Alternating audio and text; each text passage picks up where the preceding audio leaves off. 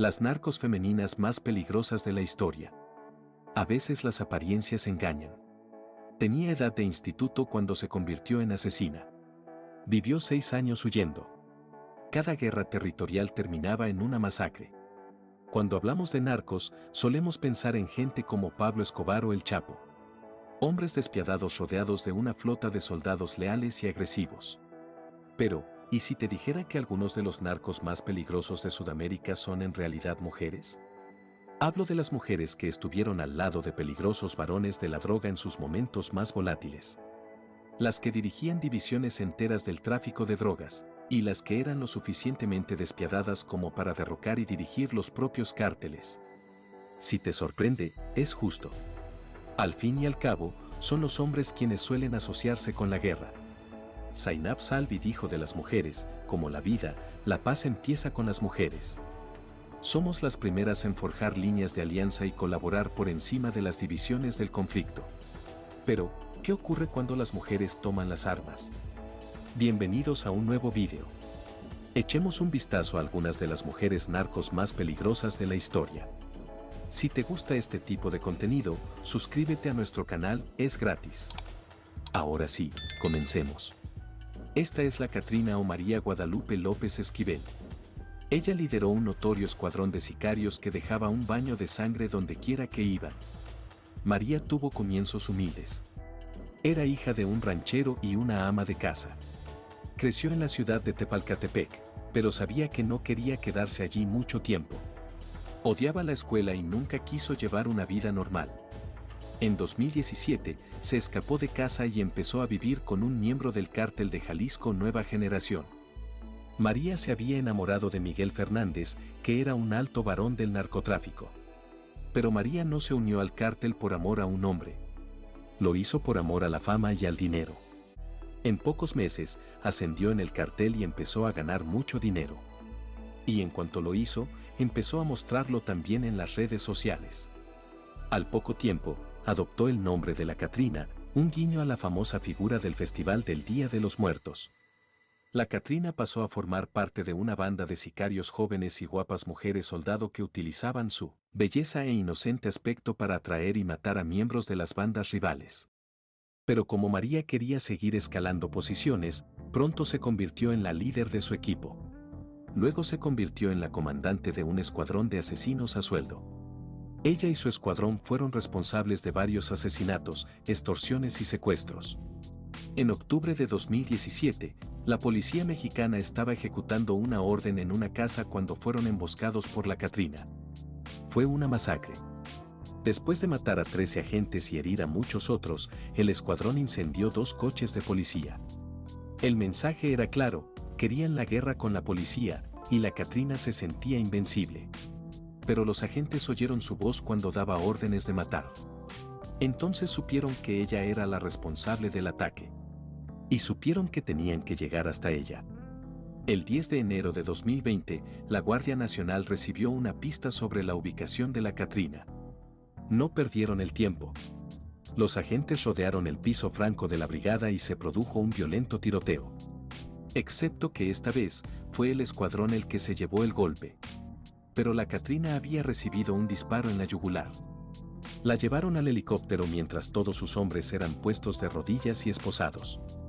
Pero María López, de 21 años, murió dentro del helicóptero tras perder mucha sangre. Lo que fácil viene, fácil se va. Esta es Sandra Ávila Beltrán. Llevaba una vida repleta de delitos y relaciones trágicas, y todo culminó con un gran movimiento que la hundió. Sandra no tuvo realmente la oportunidad de tener una vida normal. Prácticamente nació en el cártel de Sinaloa. La familia de su madre eran conocidos contrabandistas de heroína. Su padre, Alfonso Ávila Quintero, era hermano del líder del cártel de Guadalajara, Rafael Caro Quintero. Sandra creció en los años 60, viendo cómo hombres de sangre fría hacían transacciones y duras negociaciones y recurrían a la violencia cuando las palabras no eran lo bastante convincentes. Este era el lenguaje que conocía desde muy pequeña. A los 13 años, ya era la cajera oficial de su padre. Y a la misma edad, fue testigo de un tiroteo masivo. Sandra llegó a estudiar periodismo en una prestigiosa universidad. pero sus compañeros la recuerdan como una persona muy retraída, siempre suspicaz. Sin embargo, esta era solo su imagen en la escuela. A los 21 años, Sandra empezó a salir con Armando Carrillo Fuentes, el jefe del cártel de Juárez. Por la misma época, se convirtió en una figura destacada del cártel de Sinaloa, supervisando los envíos de sustancias ilegales a Estados Unidos. Su relación con Fuentes no duró mucho, pero tendría muchas más, y sus dos matrimonios serían más tácticos que románticos. Pero sus maridos eran exmandos policiales convertidos en traficantes. Estos hombres conocían los entresijos del mundo policial mexicano, y su perspicacia la ayudó a esquivar la ley y a convertirse en una gran figura del contrabando de sustancias. Irónicamente, sus dos maridos murieron apuñalados por sicarios. Otro de sus supuestos amantes fue el mismísimo El Chapo. Nadie sabe hasta qué punto era romántica su relación, pero lo que es seguro es que una vez estuvieron muy unidos, y Sandra fue jefa de relaciones públicas del cártel de Sinaloa. Entonces Sandra tuvo otro tumultuoso romance. Juan Diego Espinosa Ramírez, también llamado El Tigre. El Tigre tenía fuertes conexiones con el cártel del norte del Valle en Colombia. Esta era justo la puerta abierta que ella necesitaba. A través de Sandra, los carteles colombianos y mexicanos estaban ahora unidos, y ella estaba haciendo más dinero para Sinaloa que nunca.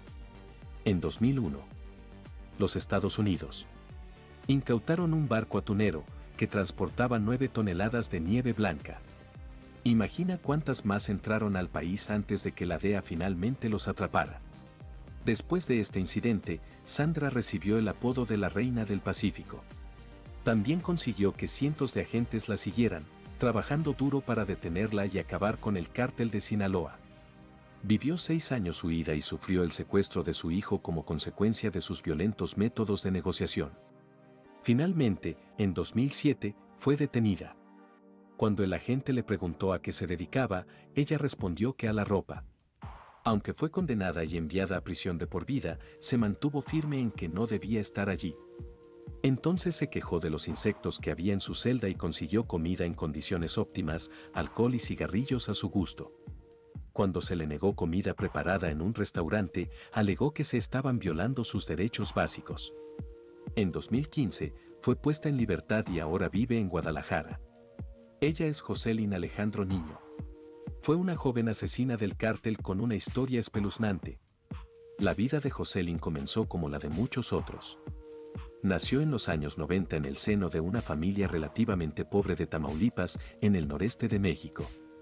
No está claro si su familia tiene vínculos con los cárteles locales o si su situación económica la empujó hacia el lado ilegal del trabajo. Pero desde muy joven, Jocelyn se convirtió en un miembro activo del Cártel del Golfo. De hecho, estaba en la escuela secundaria cuando se convirtió en una asesina para ellos. Fue entonces cuando se ganó el apodo de la Flaca. Como se puede ver, era una persona bastante pequeña comparada con la enorme arma de fuego que empuñaba. Pero en la tradición mexicana, la Flaca también es una santa esquelética, Nuestra Señora de la Santa Muerte, que a veces se representaba en obras de arte para la popular fiesta del Día de los Difuntos. Puede que pienses que ser una asesina a los 18 años suena muy mal, pero no tiene nada de guay. En primer lugar, la Flaca acabó con muchas vidas siguiendo las instrucciones de sus jefes, aún más despiadados. En segundo lugar, la vida en el cártel no es tan gloriosa. No se sabe exactamente cómo la Flaca escaló posiciones y llegó a asesina tan pronto, pero la mayoría de las chicas como ella, jóvenes y menudas de orígenes empobrecidos, empezaron siendo vigías de la banda o incluso trabajadoras ilegales de la calle. Son tratadas y maltratadas de todas las formas imaginables antes de ganar algo de autoridad. E incluso entonces, no todo es fama y dinero. Todo esto quedó demasiado claro en enero de 2015. El 5 de enero de ese año, alguien filtró esta foto de la Flaca a Valor por Tamaulipas, una página de periodismo ciudadano creada específicamente para filtraciones del crimen organizado. La foto rápidamente llegó a Facebook y Twitter. La gente quedó fascinada con esta pequeña joven con una simpática sonrisa, contrastaba bastante con su chaleco antibalas y su gran arma de fuego. La foto de la Flaca era una ventana a la trágica realidad de los carteles mexicanos. La foto obtuvo miles de me gusta en línea, pero este fue el principio del fin para Jocelyn, Ella era miembro de la pandilla Los Ciclones liderada por Ángel Eduardo Prado Rodríguez, también conocido como el Ciclón 7. En el momento en que estaban en guerra con otro cartel, los Metros por filtración fotos de los Ciclones, miembros los Metros debilitaron el cartel y expusieron a estas personas, haciéndolos blancos fáciles para la policía y las pandillas rivales, y la flaca era de hecho un blanco muy fácil. El Ciclón 7 la envió a luchar contra los Metros de Río Bravo, que era territorio de este cartel. Todos los días había una sentencia de muerte para ella y finalmente conoció un final verdaderamente espantoso. El 13 de abril de 2015 los policías descubrieron su cuerpo desmembrado dentro de un congelador en un estacionamiento. Durante todo el día los oficiales siguieron encontrando más piezas del cuerpo esparcidas por la ciudad, algunas estaban dentro de bolsas de plástico. La flaca solo fue identificada gracias a su tatuaje distintivo que había escrito en su brazo. Este era el apellido de su familia, pero también significaba niña. Es una triste ironía que esto fuera lo que quedó de ella. Realmente era una niña cuando murió. En algún momento entre su adolescencia y principios de los 20. Para hacer las cosas aún más trágicas, la autopsia confirmó que ella también había sido torturada cuando los Metros intentaban obtener información sobre los otros miembros de los Ciclones. La flaca fue asesinada junto con otra mujer y un hombre en un acto espantoso. Al final los Metros tomaron fotografías de sus cuerpos desmembrados y las publicaron en las redes sociales con el caption: "Esto les pasará a todos los sucios que apoyan a los Ciclones. Sigan enviando a estos malditos. La violencia solo lleva a la violencia y los cárteles mexicanos de la droga no son un lugar pacífico". Esta es Melissa Margarita Calderón Ojeda, alias La China. Ella era la comandante de un cartel del ejército que era muy violento. Sorprendió a sus soldados, sus colegas masculinos y sus novios. A veces las apariencias engañan. Melissa Ojeda nació el 12 de agosto de 1984 en México. Cuando tenía 20 años de edad ya había decidido su destino, iba a ser líder de un cartel e iba a hacer lo que fuera necesario para llegar allí.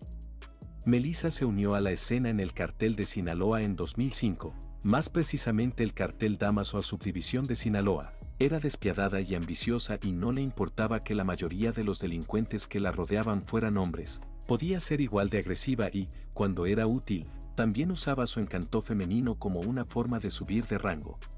Para el 2008 la China era comandante de la unidad armada y mientras ella era comandante, la tasa de criminalidad en el área aumentó varias veces.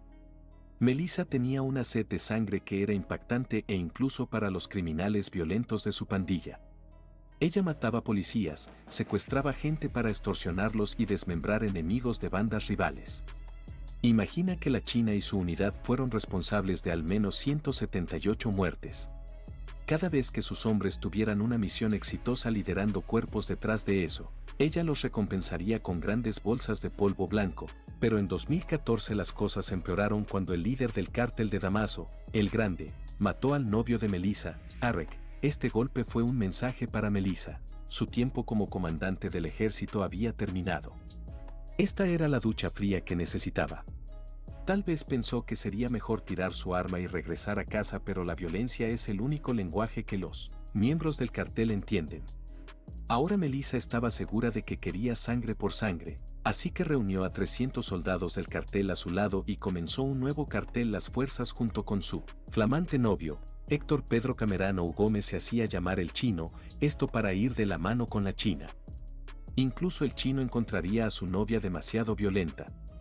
Imagínense si la China fuera un comandante violento sanguinario en tiempos de guerra pacífica como era ella. Después de una guerra librada contra un músculo, cada guerra territorial resultaría en una masacre y como la policía ahora la seguía, seguiría moviéndose de ciudad en ciudad. Un día ella envió a uno de sus sicarios a buscar un auto nuevo. Él arregló que un par de vendedores le entregaran el auto a Melissa y cuando lo hicieron, ella los mató solo para evitar pagar el auto. El sicario sorprendió y amenazó a la China con ir a la policía. Fue entonces cuando ella le cortó los antebrazos, le disparó en la cabeza y lo enterró en su fosa común habitual. El Chino vio esto y no pudo soportar más su violencia. Imagínese ser demasiado violento para un miembro del cartel. El Chino huyó y corrió directamente a la policía. Solo ellos podían brindarle protección contra la China y su cartel sangriento y, como quería seguir con vida, También avisó a la policía sobre la ubicación de Melissa. El 20 de septiembre de 2015 la china fue arrestada en el Aeropuerto Internacional de Cabo San Lucas. Ella solo estaba tratando de huir del estado. Pasará el resto de su vida en prisión. Esta es la jefe, así era conocida dentro del mundo del cartel mexicano. Enedina Arellano Félix es su verdadero nombre. Nació el 12 de abril de 1961 en Sinaloa en una familia de traficantes y tal vez, como era de esperar, sus parientes se convirtieron en sus modelos a seguir y el hermano mayor de Enedina trabajó para su tío, el notorio narcotraficante y jefe del cártel de Guadalajara, Miguel Ángel Félix Gallardo, y Enedina obtuvo una licenciatura en contabilidad, pero no usó esto para salir de la vida del cártel, de hecho, lo usó para su ventaja y aconsejó a sus 6 hermanos y los ayudó con el lavado de dinero. Como asesora financiera del cartel de Tijuana, pero en 1989 el cartel de Guadalajara fue destruido y la mayoría de sus miembros fueron arrestados o asesinados, por lo que algunos puestos de poder estaban en juego. Enedina comenzó una relación acalorada con Armando López, quien era muy amigo de El Chapo, pero 2 de los hermanos mayores de Enedina asesinaron a Armando. Enedina fue muy motivada para llegar a la cima del cartel y mostrarle a sus hermanos quién era el jefe, así que cuando el Chuy, el jefe financiero del cartel, murió en 2000, ella asumió su puesto y eventualmente ganó ventaja sobre sus hermanos. Uno de ellos, Eduardo, fue arrestado en 2008. Fue entonces cuando se convirtió en la líder del cartel de Tijuana, pero Enedina o la jefe es muy diferente de todas las mujeres que discutimos hoy. Enedina ha sido conocida por sus enfoques racionales y metódicos de los negocios y por sus negociaciones pacíficas. Nunca dice palabrotas ni ordena asesinatos, y su atención se centra en los sobornos y el comercio de sustancias ilegales. Seguro que no es exactamente una santa, pero su enfoque discreto y silencioso ha salvado su pellejo y a sus hijos.